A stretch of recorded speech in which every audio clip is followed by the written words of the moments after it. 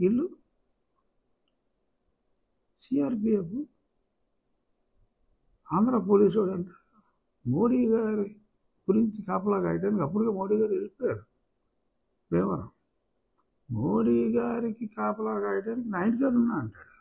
నా ఇంటిపేట అసలు గచ్చిబౌలికి బేగంపేట విమానాశ్రయానికి వెళ్ళిపోయినా మోడీ గారి సెక్యూరిటీకి వెళ్ళిపోయిన తర్వాత నా ఇంటి దగ్గర ఆడు తిరుగుతూ ఉంటే నీకెవరికి ఒప్పందించి ఏదో చేయటానికి ఆయన పట్టుకుంటే నువ్వు ఎవరు అని అడిగితే ఐడెంటిటీ ఇవ్వకుండా పోలీసులకు మేము అప్పచెప్తే మా మీద తిరిగి కేసులు పెట్టి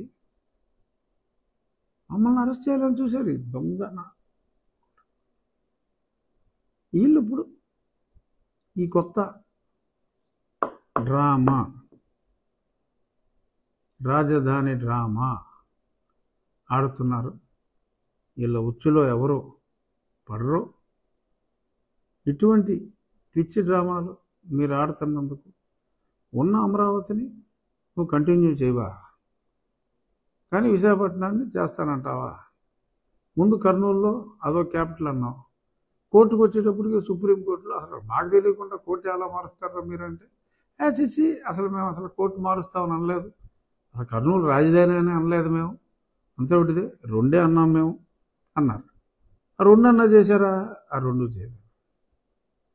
ఇప్పుడు అసలు ఏమీ కాదు, అమరావతిలో రోడ్లు తవ్వించేసుకున్నారు ఈ స్థానిక ఎంపీతో,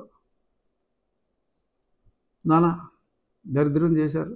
ఇప్పుడు బిల్డింగులు కంప్లీట్ అవ్వకుండా మరి లోన్ రీపే చేయవలసి వస్తుందని కంప్లీట్ అయిన బిల్డింగ్లు 70 కోట్ల అద్దె వచ్చిందని చెప్పి ఆ ఎన్పిఏ అవ్వకుండా డ్రామాలు దొప్పుతున్నారు అక్కడ. ఇవన్నీ ఇంత ఫ్రాడ్ చేసి ఇప్పుడు మేము హైదరాబాద్ వచ్చేస్తా ఉంటారా మొత్తం ఉన్నాయన్నీ ఇచ్చేసి? హౌ ఇస్ ఇట్ పాసిబుల్ అమ్మా?